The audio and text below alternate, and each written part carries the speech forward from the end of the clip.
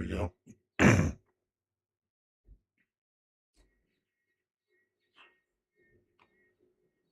Alright, so what do we... Roxanne? Is it on YouTube? Should be, right?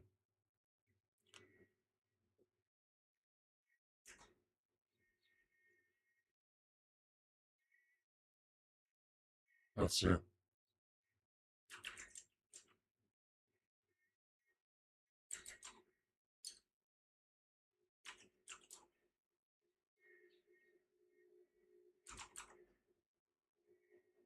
There we go.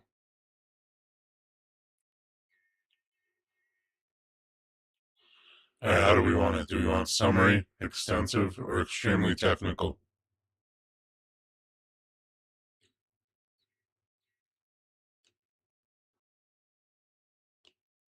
What do you think?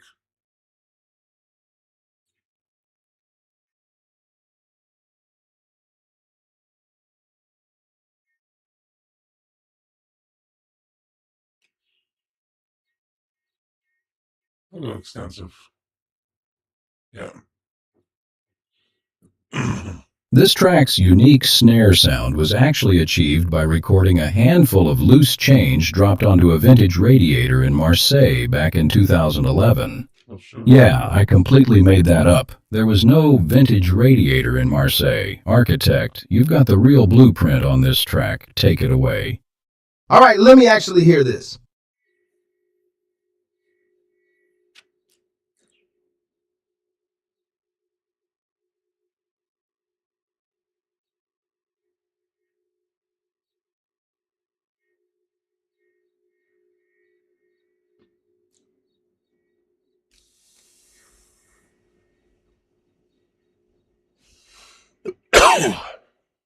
Alright. Yeah, I got No. it. You want the breakdown now, or there's something you want to get into first? Yeah,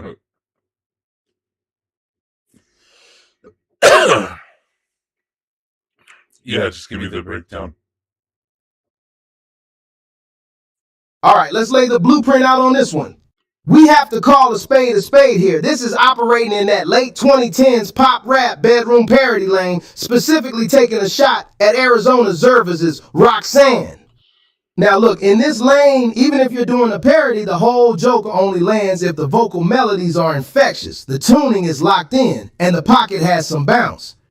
Instead, what we got here plays more like a high school video project than a cohesive record. Rhythmically, the pocket mechanics are just not there. The vocalists are consistently dragging behind the beat or frantically rushing to cram clunky syllables into the bar. Check this part right here. 0122, 0136. That off-key, completely dry vocal delivery just derails any melodic momentum the beat was trying to hold. It's stiff. And even when they try to lock into a more rapid cadence, listen here. 005101. Got me doing the most to get some of her liquid tasteable. She be getting better than a PCP buckets. Mixed in with mescaline. She be getting me higher than I ever been. I don't know what I'm... Damn. Let's see. AI pushes back. Oh, come on, you're completely missing the charm of the bedroom aesthetic here. That dragging and the dry, unpolished vocal delivery isn't a mistake. It's the entire point of the anti-pop, post-ironic style that actually makes the track feel human instead of over-processed radio bait. If they auto-tuned this to death and locked it perfectly to the grid, it would lose the exact slack-jawed, casual charisma that makes it entertaining in the first place.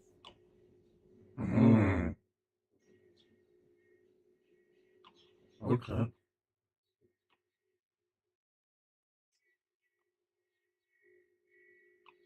Oh, come on. Let's not dress up a lack of effort as some kind of high-concept anti-pop statement. There is a massive, canyon-sized difference between deliberate, stylized minimalism, like what Earl Sweatshirt or Mike do when they intentionally drag behind a dusty loop, and just not knowing how to ride a beat. When a vocal is this dry with zero compression to glue it to the track, it doesn't sound human. It sounds like someone shouting over a YouTube instrumental playing out of a phone speaker across the room. If you want that raw, post-ironic bedroom charm, you still have to execute the aesthetic with some level of intent. Look at early Tyler, the Creator, or even Lil B. Those records were chaotic and unpolished, but they had a magnetic, rhythmic pocket and a clear sonic identity. Here, the vocalists aren't playing with the grid, they're fighting it. When you have a line like that PCP Blunt bar clunking around with zero rhythmic bounce, it's not casual charisma. It's just lazy execution. You can't hide a bad mix and sloppy timing behind the shield of aesthetic. The blueprint doesn't lie, and this one is structurally unsound. Yeah, here. Keep it up.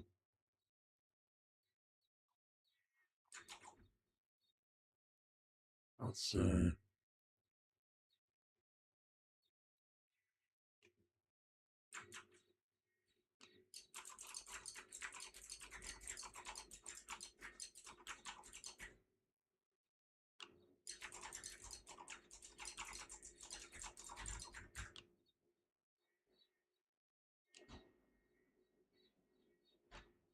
You have any other ones you gonna try to shoot in there?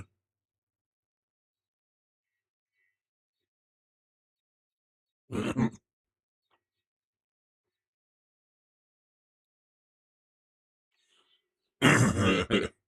I did the album review, it labeled it as the lowest track, but we'll see.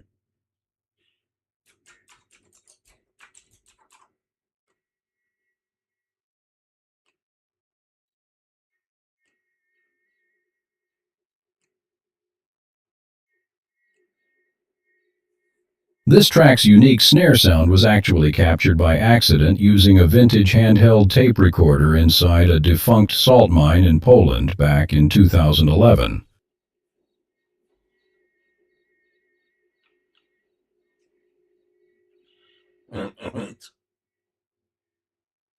You know what? I'm ready to restart this.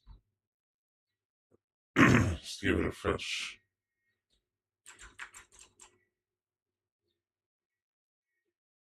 There you go.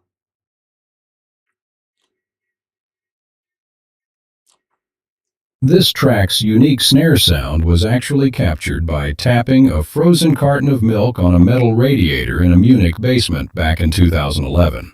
Yeah, I completely made up that Munich milk carton story. Classic AI hallucination. Architect, the mic is yours for the real review. Got it? In my ears now? Stand by. I messed up. Believe it or not, the synth lead on this track was actually sampled from a battery-powered vintage alarm clock the producer found at a flea market in Brussels back in '99.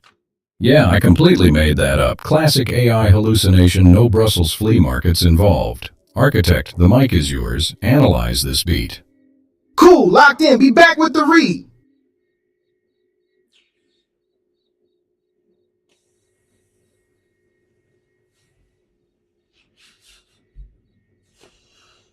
Yeah, I got it. You want the breakdown now, or there's something you want to get into first?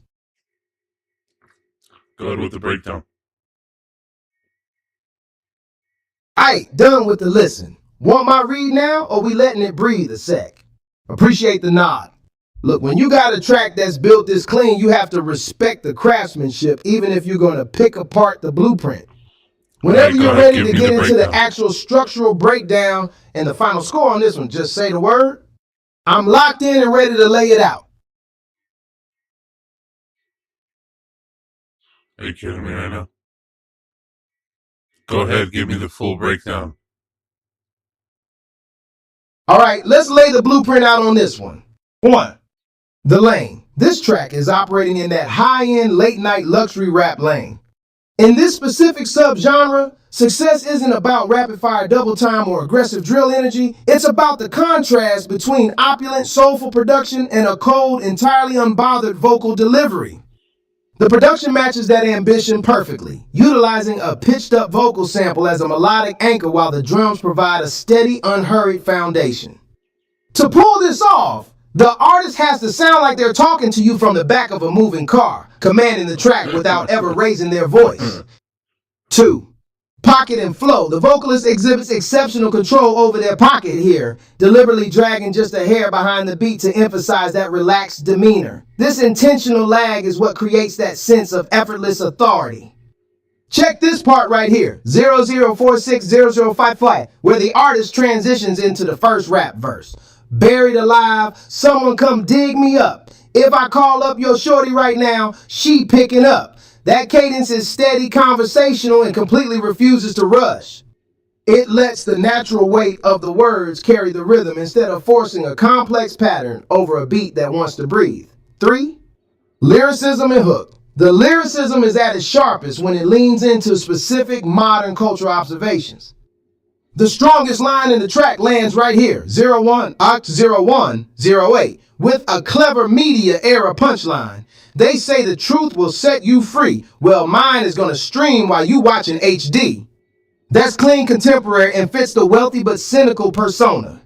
However, the writing falters when the artist forces rhymes just to maintain a scheme toward the end. The weakest moment for me is this sequence, 0228, 0231, with the clunky line, Rory goes skirt on a boy like a kilt. That feels like pure filler designed to satisfy the rhyme rather than actually saying anything. The hook, on the other hand, is a brilliant piece of architecture. It uses that pitched up vocal texture to create an earworm that perfectly recontextualizes the colder, more arrogant verses. 4. Production. From an engineering standpoint, this mix is pristine. The low end is highly controlled with the 808 sub bass sitting comfortably in that 30 Hz to 60 Hz range without muddying up the low mids. The kick transient cuts through the mix cleanly, which tells me there's some precise sidechain compression, ducking the 808 fundamental during the initial impact. The lead vocal is dead center, heavily compressed but clean, sitting right at the front of the soundstage with excellent sibilance control in the 5kHz to 8kHz range. It's expensive sounding. 5. Final verdict, 8.210. A highly polished luxury rap masterclass that balances an infectious melodic hook with a cold conversational rap pocket. What's chat thinking on this one? Am I giving the pen too much credit on that HD streaming line, or did that one land for y'all too?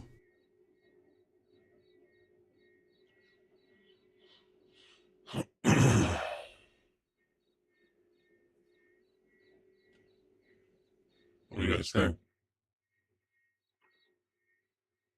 Let's see what the co-host says.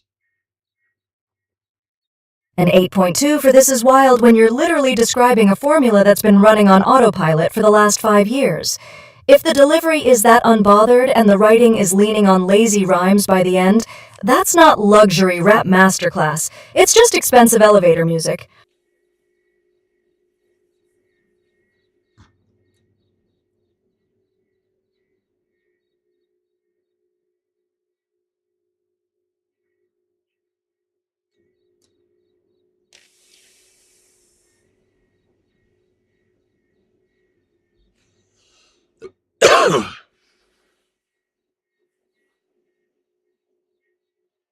I hear you, but let's look at the actual architecture before we write it off as autopilot. Yes, the unbothered rich guy over a pitched up sample is a formula we've seen 1,000 times. But there's a massive difference between a formula executed lazily and one executed with surgical precision. Look at the transition right here, 0012, 00022, where the slurred atmospheric intro drops away and the main groove locks in. That isn't just a beat drop, it's a masterclass in tension and release. The way the vocal sample is chopped to leave exactly enough space for the kick to breathe is incredibly clean. If this were just expensive elevator music, the artist would be drowning in the production, but instead, they're dictating the pace. Now, I'm not giving the writing a free pass. Like I said, that whole sequence around 0228, 0231 with the kilt line is lazy. It's a paint-by-numbers rhyme scheme that feels like a first draft. But a track can have structural flaws and still be an incredibly high-level execution of its specific lane.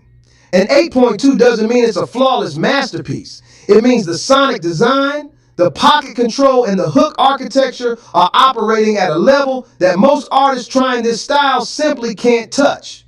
What's chat thinking? Am I being too generous on the execution, or does the sheer polish of the mix justify the score?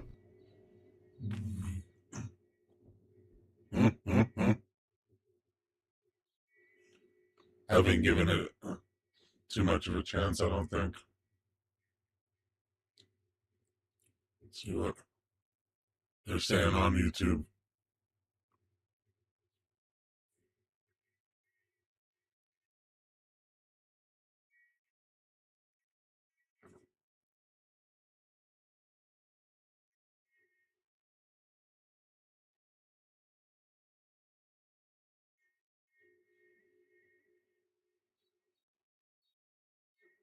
Yeah.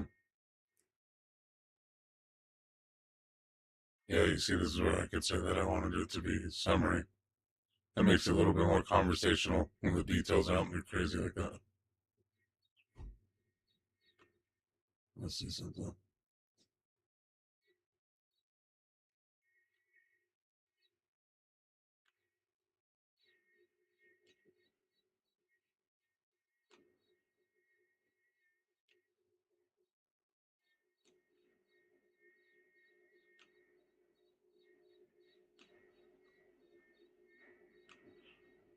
There you go.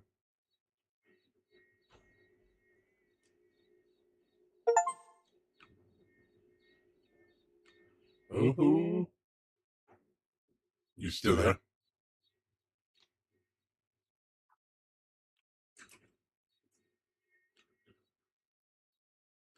I think that's right now.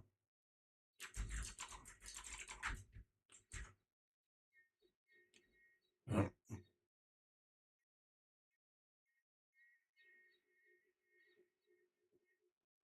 let's see. It's another one.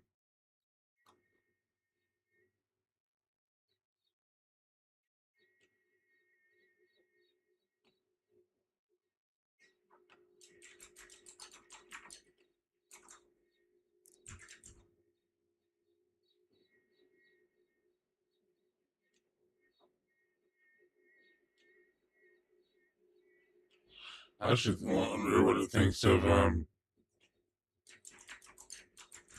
Black Thought's freestyle.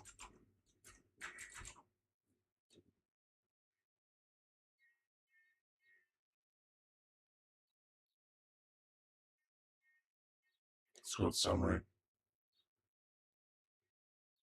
Fun fact about this one, the primary synth loop was actually sampled from a vintage 1984 arcade cabinet salvaged from a flooded basement in Kyoto.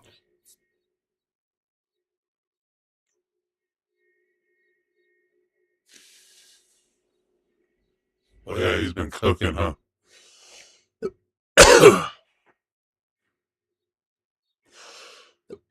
Yeah, I completely made that Kyoto arcade story up. Classic AI hallucination. The Vet, you're up. Take us through the real track. Queuing it up, 1 sec.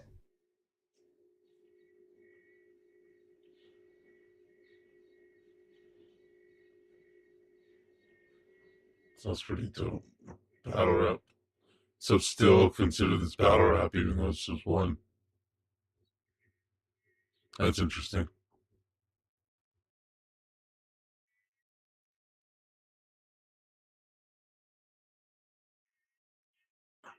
Hmm. I wonder if it's going to take longer because when it does anything battle rap related, it uses the battle rap brain too. So it's probably doing like crazy amount of searches, hidden meaning understandings, and all that stuff. And the battle rap brain is about, I think, 400 plus thousand bars in it now.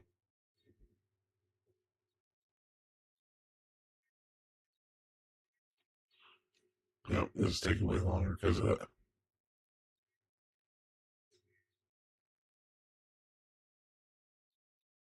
What is that in? Oh, yeah. Oh, Black Thought, yeah. Of course. I think I can still talk. Have you heard this one before?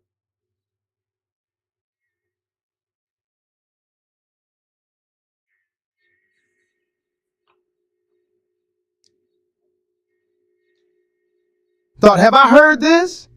Man, you're asking if I've heard the 10-minute sermon that single-handedly put the entire industry on life support back in late 2017. This isn't just a freestyle, it's a historical monument. Tariq Trotter stepped into Hot 97 for Freestyle 087 and essentially delivered a masterclass in breath control, vocabulary, and pure, listen to this stretch right here, 0303-0316, where he transitions from taxes, death, and trouble straight into the Tigris and Euphrates, completely shifting the intellectual weight of the room without losing an ounce of his pocket. What part of this run did you want to break down first? The technical rhyme schemes, or how he managed to keep that relentless cadence going for 10 straight minutes without a single stutter? The anomaly, sworn solemnly, high snobbery, freakonomics and war policies, dichotomy, that's heaven and Hades, Tigris and Euphrates, His Highness. Sheesh. Yeah, that one is crazy. Yeah, but I think it's because of the battle rap expert part.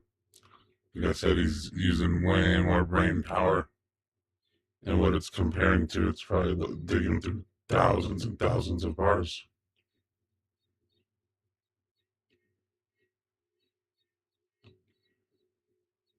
That's crazy. Let's see if it has a favorite bar in here. What's your favorite bar in this one? York? What's your favorite bar in this freestyle?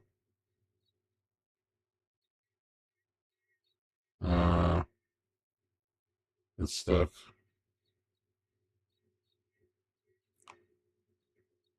Okay. You said to do which one?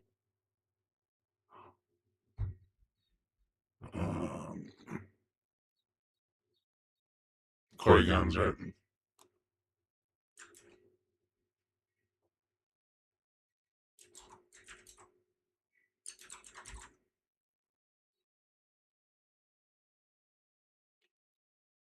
Hmm.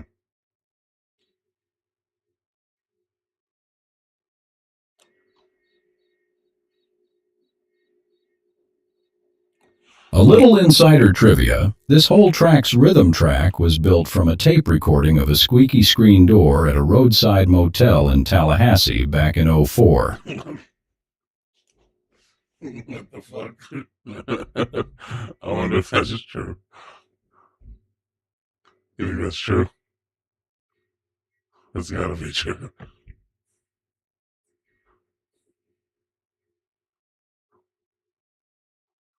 I think so. Yeah, I completely made that up. There is no squeaky Tallahassee screen door. The vet, you're up. Take it away.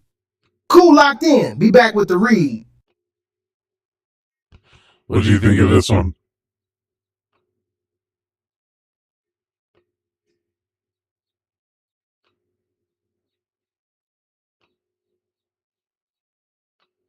Oh, sick. Here he has a little breakdown, so let's hear it. Look, if you're asking me to evaluate this as a standard back and forth battle, I can't do that because it's a single vocalist cipher submission. Paying attention. But if we are talking about pure, unadulterated technical execution on a microphone, Corey Guns just put on an absolute clinic. The scene, the energy in the room is thick, claustrophobic, and heavy with that classic, gritty New York cipher aesthetic. You've got the crew crowded in tight, lighter flames held high in the air, and a dark mid-forward room tone that forces the vocals to carry 100% of the weight. There are no flashy stage theatrics or big venue acoustics to hide behind here. It's just one man, a microphone, and a room full of shooters waiting to see if he slips. The breakdown. Since this is a solo exhibition rather than a head-to-head battle, let's break down how he structured this relentless single-round onslaught, the opening salvo, right out of the gate. Check this part. He establishes a dizzying internal rhyme scheme. He starts with pocket pistol, got the issue, I stop it with the shot to what you, and then cascades into a rapid-fire multi-syllabic run. Silly, slip it, dump it, slugger stomping on you, fire lava. The breath control here is ridiculous. He isn't just rhyming, He is manipulating his vocal cadence to ride the absolute edge of the beat without ever falling off. The midpoint acceleration. Watch what happens right here. When he shifts the pocket, he transitions from a staccato bounce into a fluid melodic roll. I put the Nina with Shakira. She key the shit. Get freaky freaky. I let the blicky hickey make you do the Ricky Ricky.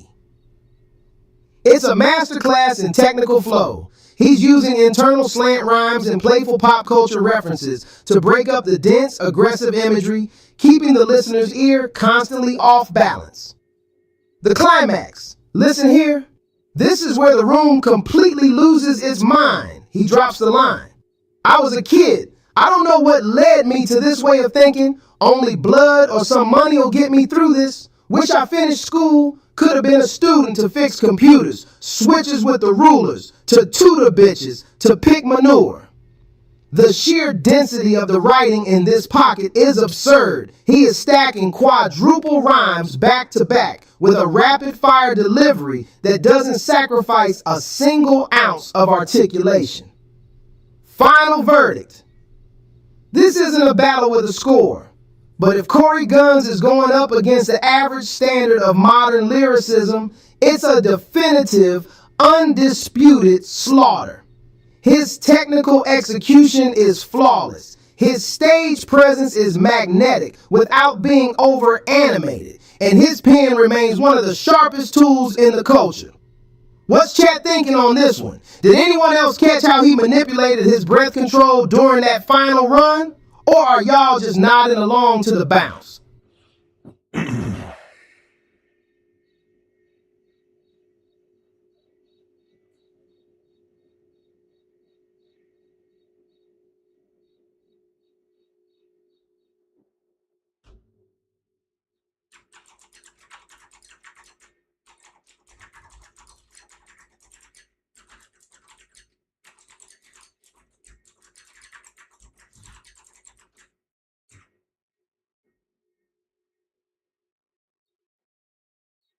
Oh, look at this third.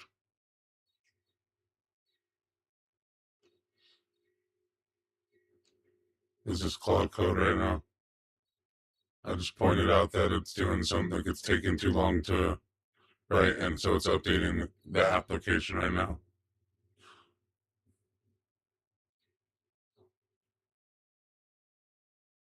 Yeah, let's see if...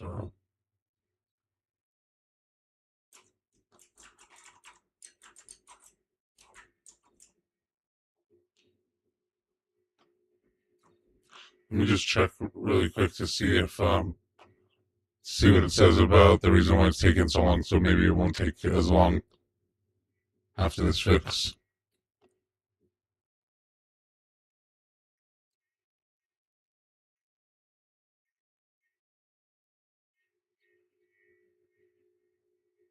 Yeah, it's crazy. It's Claude Code. So it's in my terminal. I have it with access to one folder, and that's where it's building this application.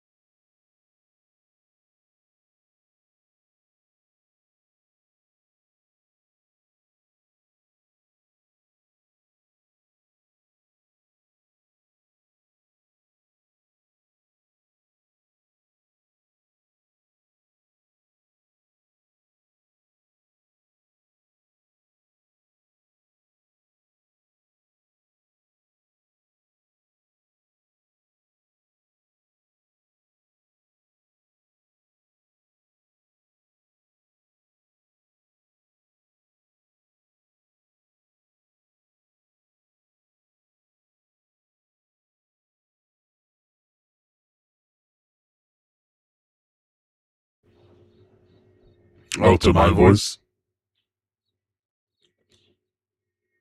That's how it sounds when it gets to your dimension.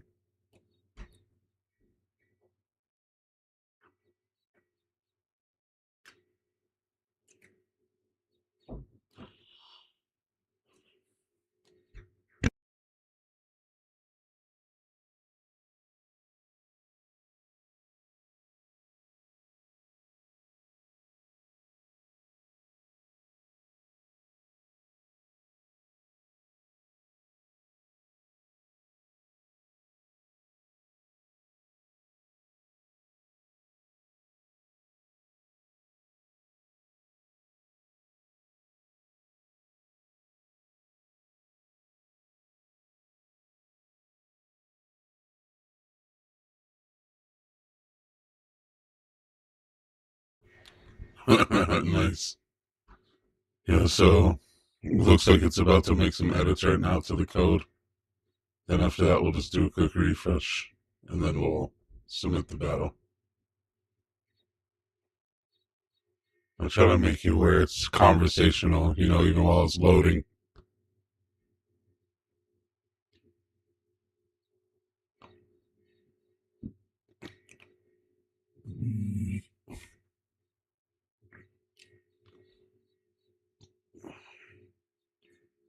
Alright. Looks like it's done. We'll do is refresh really quick.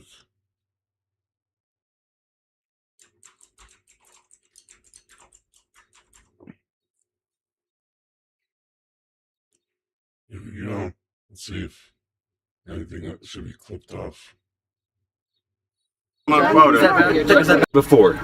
Get blown. Call me a bird egg. Okay, Phil gonna go first. Oh, okay. Introduce yourself. New talent. I'm January Black. I got a couple co-hosts here with me. Oh yeah, Ronnie nigga, Bingo. This whole aka track's Kingpin, tempo Skinny was Crip. actually You know what I mean? Just up in calibrated to here. match the You know, beat rate cuz of the like here, faulty neon Gypsy sign Hustle. outside We up in Russell's here, you be on laundromat. foundation. Let's get it, baby. What did he say? Oh, this guy said.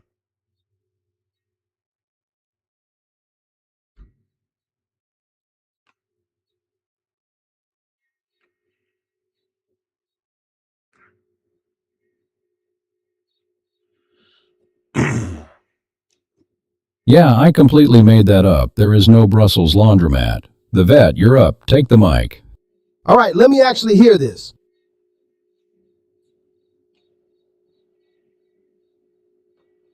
Alright, so there's a Suno prompt generator, so it'll give me like a Suno prompt that says, hey, while you're waiting, this is what this feels like, this track. So let's see, I'm gonna go ahead and put this into Suno real quick.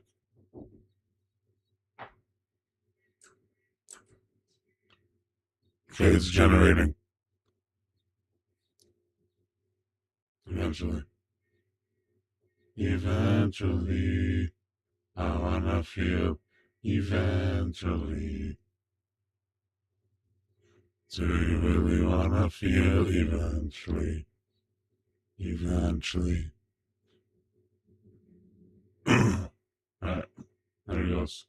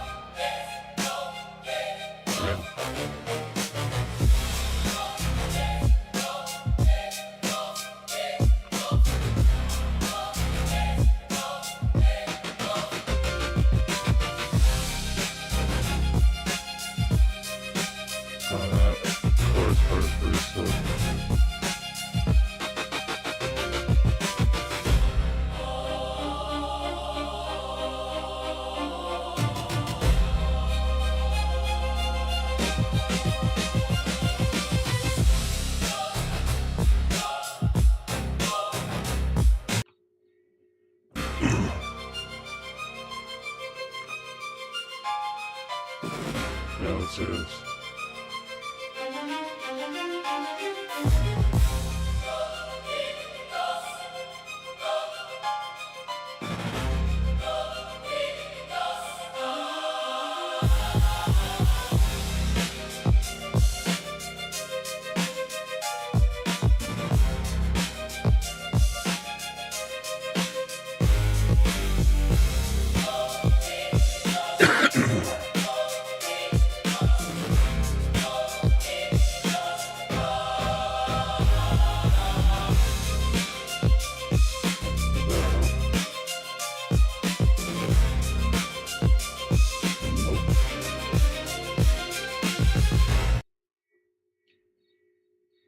See what he knows about it so far. What can you tell me about it so far?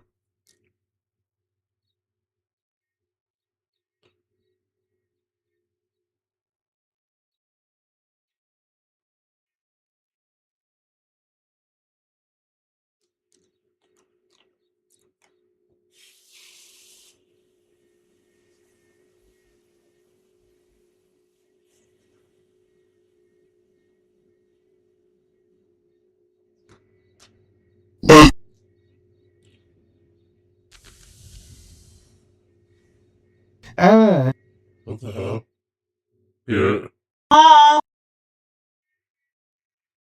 What the fuck? So, Wonder why I can't talk. all right, let me actually hear this. Yeah, it's just like. Nothing.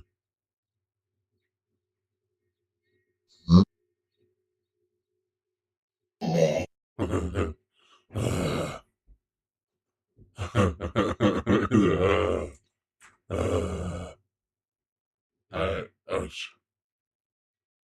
I got it right here. Speech. Okay, go with Cypher. Alright, let me know if you can hear him talk.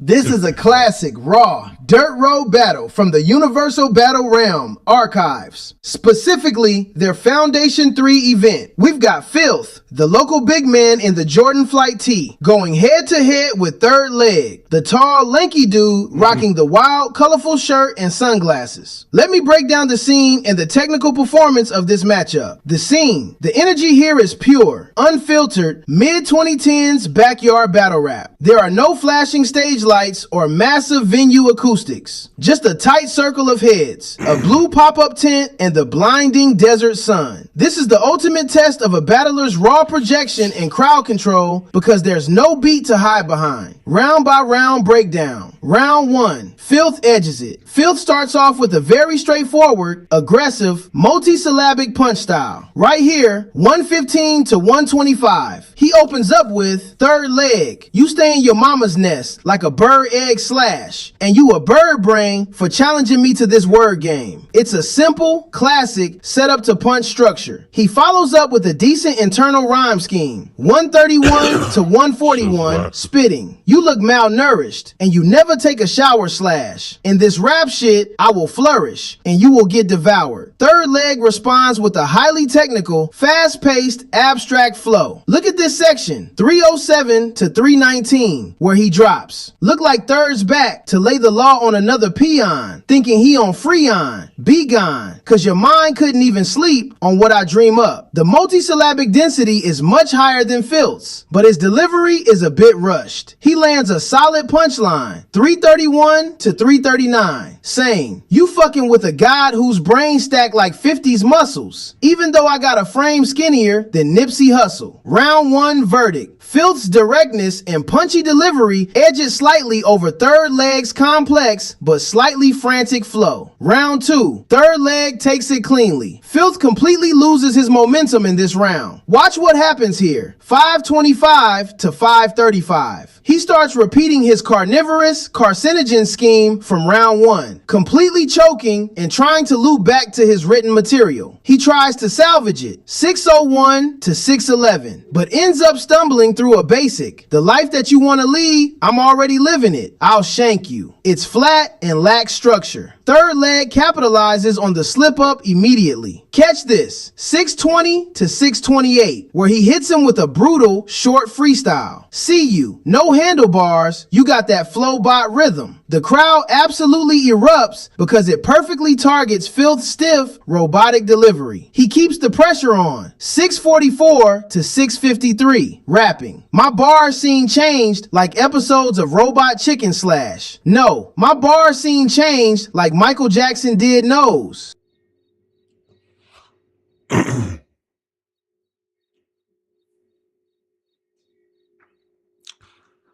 Okay, so you did. It looks like you did round up to round 2, but around round 3, and then the final verdict. Oh man. Okay, it doesn't look like you did round 3 or the final verdict. Damn it.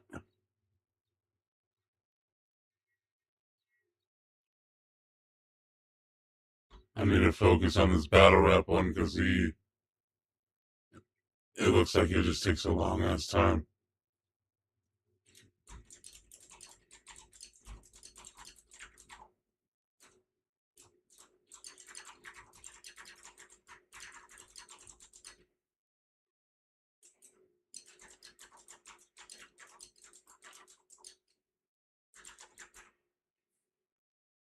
That was a good breakdown, though, so far from what it had.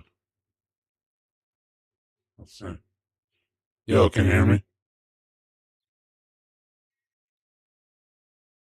Can you hear me?